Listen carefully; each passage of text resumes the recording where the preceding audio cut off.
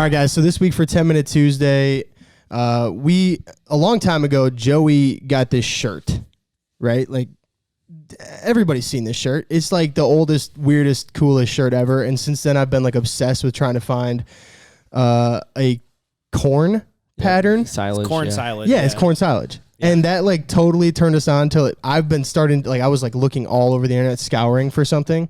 And so I came across this site called Camoretro, and we kind of got infatuated with all this old school pattern stuff. And Logan, who owns Camoretro, is joining us today. And we were just excited to hear a little bit about what Camoretro is actually doing. So thanks for joining us, man. Yeah, thanks for having me, guys. Excited to kind of start this journey together. I know we've got the announcement pending of the sponsorship, but yeah, thanks for having me on. Heck yeah, man. You are the first virtual guest that we've had. Yeah. Ever. Yep. Really? Is that? I only listen to the podcast, so I never actually see the see the YouTube videos, or hardly ever. And so I know I didn't realize that. I'm honored. Yeah, man. We try to get people in person as much as possible. Yep. So we'll have to get you in person. But by all means, I'm willing to travel. Perfect. So Joey got this shirt from one of our buddies, and Joey, it's a sick shirt. But have you seen some cool stuff that now you're like obsessed with old school stuff? Yeah, well, ever since I got that shirt, I've been obsessed with old school camo, Logan, and that's what made me find your site on Instagram, and then I found your website from there and all that stuff. And you guys are just selling, and it's like a marketplace of buying and selling old camouflage, whether it's upland, turkey, waterfowl, deer hunting. It's all really cool. And what I really like about your website so far are the hats. Yeah, like the hat that you're wearing right now. I love that hat. Badass. Yeah. It's awesome. Yeah, this hat's from my dad's first hunting club, actually. I've had it since I was a little bitty. This is one that this is nothing new, this hat. But I've been wearing this hat since I was probably 8. That's sick. But as you can see me behind. Oh, my God. I didn't even realize that. I didn't even realize the hat collection behind you. Yeah, there's over, I've got over 500 hats here. A lot of these are from, anyways, over 500 hats that are going to be hitting the site soon. Oh my! So now, do you have that many hats because you're losing your hair, or why do you have so many dude, hats? Dude, show us your hair. Got good hair. There you go. Oh, you got Morgan Wallen hair, dude. Oh, bud. You look like Morgan Wallen's son, or his twin brother. Oh, that's hot. How old is Morgan Wallen? I think he's our age. He's like 28, he's like 29? Yeah, so I don't know. Maybe 30. I'm 28. Dude, look at us. There you go. Look at that, man. Look at us, man. And the dream already. For those of you that want to see the luscious locks of Logan, definitely head over to our YouTube channel. This is on there as well as the podcast if you're watching it on the YouTube channel. Yeah. But yeah. So, dude, this last year we became like obsessed with this idea that like you can wear anything, you know, as long as it's kind of the right colors and the right patterns, and you can shoot birds. Like you don't have to wear something specific. And I know that sort of aligns with why you started Camoretro. So maybe you can just tell us a little bit about that. Yeah. So if you've listened to me in a podcast in the past, I'll just quickly go over this. We only have our 10 minutes, but my original inspiration for Camoretro was the heritage and legacy behind the brands and the patterns that I was familiar with growing up. My dad, my uncle, and some family friends who were role models to me, who introduced me to hunting, fishing, and the outdoors, and gave me the passions that I still have today. They can see a camo pattern from across the room and start telling you stories about it. My uncle, my buddy Joey from college had that pattern, and one time we were out hunting, and it just brings back these memories and those stories, and I love those stories. And I just wanted there to be a place where those stories were captured, but also through the lens of here's the innovations, here's the features that go into the clothes, the gear, the goods that we use out in the field. That make them so good, make them so timeless. In some cases, maybe they weren't so great, but hey, it's worth talking about because we learn from our mistakes. Yeah. And I started this blog that talked about a few pieces of clothing. Here's I always talk about this one, but the Columbia 3-in-1 jacket. Here's what made it so special. Here's what it offered that nobody else did at the time, at a certain price too.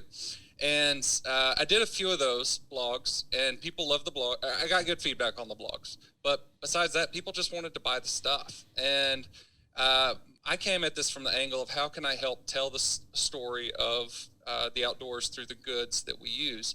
And then I realized there was much more of an appetite for people obtaining this stuff, whether it was for nostalgia or just because they wanted the functional gear. And a lot of that older gear serves that in some ways better than the new stuff, not always. And that was an aha moment for me. How if I'm really wanting to provide something to this industry that's past just kind of capturing this moment in time, because I can do that at any point. Yeah. Right. How about a marketplace where people can get this stuff? So at first it was an Instagram account, and then it was a website, and the website was me just posting stuff. And then the website turned into a marketplace where anybody on this call, anybody listening to it can create an account and list their gear for free and then sell it. And that's where we're at today. And that's providing, I think, and what I've seen, a service to the industry in its own way, preserving the heritage and legacy, bringing that stuff out of closets, giving gear that hasn't been used in, in some cases decades, a second life, and putting it, giving it to somebody who can use it. Maybe you can't fit it in it anymore for whatever reason, you just don't use it. But the Camoretro is a platform that allows people to get it to that next person who can breathe that second life into that gear. And in its own way, it's increasing accessibility to the outdoors. And that's what I'm really excited about. It's breaking down a lot of barriers, whether it be a price point or just being able to buy the gear. Maybe you just can't get it. Yeah, for sure. I mean, because, dude, there's nothing wrong with, like, wearing Sitka or, like, the newest gear. But honestly, a lot of people, A, can't afford it.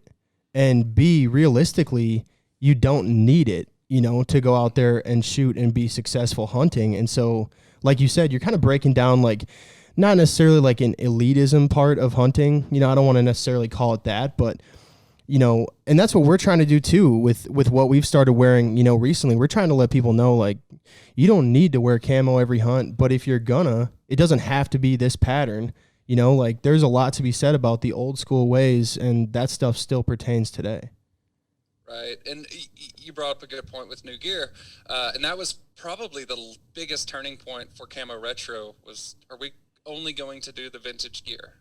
Yeah. I had to make the decision of offering vintage and new gear, because if you just offer the vintage gear, you are unfortunately edging out some people who are looking for that, because some people need that, want it, but also people want to sell it, right?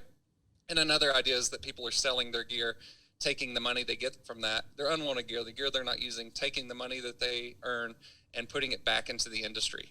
Maybe picking up a guide in a new place that they haven't been to, picking up some new parts for their boat, new shotgun, whatever calls, it may be. Whatever. And as far as elitism goes, a lot of that comes from, like in college. I met a lot of people in college who'd never been hunting who wanted to go. And I saw groups of people who said, well, yeah, you can come hunting with us, but not until you go buy this $1,500 shotgun, not until you go buy this $400 jacket. Yeah. And, these are college kids or, young adults who are starting families. They can't afford that. So I'm not saying duck hunting is the most affordable sport in the world. What I'm saying is you can go on Camoretro and get a jacket that was $400 for $150, $100. Totally. It's happened. And new gear every day. So always check back. I tell you what, Logan, that all of the old school stuff that I have a lot of old school mossy oak, and I have some Filson from the 80s, and all of that stuff still works just fine. Now, did I steal those from my father? Yes. When he bought them at the time when they were current, so he's old as all get out. Yeah. But they still, I literally stole it from his closet, and he doesn't know that I have it. Well, dude, the funniest part was great. Like, even when we were like wearing more Sitka stuff too, like Joey would have a mossy oak like boonie hat on, like one of the old swamp hats, and we post a photo. No one gives a damn about the new jacket. Yeah. But people will comment and be like, that hat is sick. Yeah. And it's like, yeah, man. Like that's like proof in the pudding, right? Like everybody is amped up about that vintage stuff, man. Yeah, and there's definitely some, that angle of get it here because you can't get it anywhere else, and that's huge. We've had some really unique stuff come through, and truly one-of-a-kind items. But, get on there, create an account for free, list your gear for free. The commission comes out of the point of sale. It's a 14% commission. You ship the item to the buyer, to the customer, and then you get a payment from me. Dude. Well, what I want to talk about too before we're done with our 10 minutes here is I've noticed on your Instagram story for Camoretro that you're fixing a lot of stuff, man.